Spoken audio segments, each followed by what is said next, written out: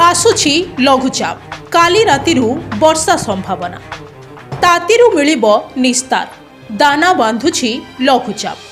दक्षिण अंडमान सागर रे एक लघुचाप क्षेत्र सृष्टि हेबार संभावना रही। 4 तारिख राति किंबा 5 तारिख सुद्धा लघुचाप क्षेत्र सृष्टि होई पारे बोली भारतीय पाणीपाग विभागर वरिष्ठ वैज्ञानिक आर.के. जेनामणि सूचना दैछन्ति। अन्यपक्षे ओडिशा तथा उत्तर भारत में ग्रीष्म प्रवाह नहीं वैज्ञानिक आर.के. जेनामणि कहिछन्ति पश्चिमा पवन जोगु ग्रीष्म प्रवाह हेउछि। अफगानिस्तान पाकिस्तान राजस्थान रु आसुथिबा पवन ताती बढ़ाउछि। सेसबु स्थान रे तापमात्रा 45 रु अधिक रहुथिबारु तार प्रभाव भी पड़ुछि। स्थानीय भौगोलिक स्थिति भी ताती बढ़ाइबारे सहायक हेउछि। आज एवं आसंता काली 2 दिन ओडिशा रे ग्रीष्म प्रवाह रहिबो। 1 तारिख बेलकु ओडिशा रे स्थिति परिवर्तन होई पारे।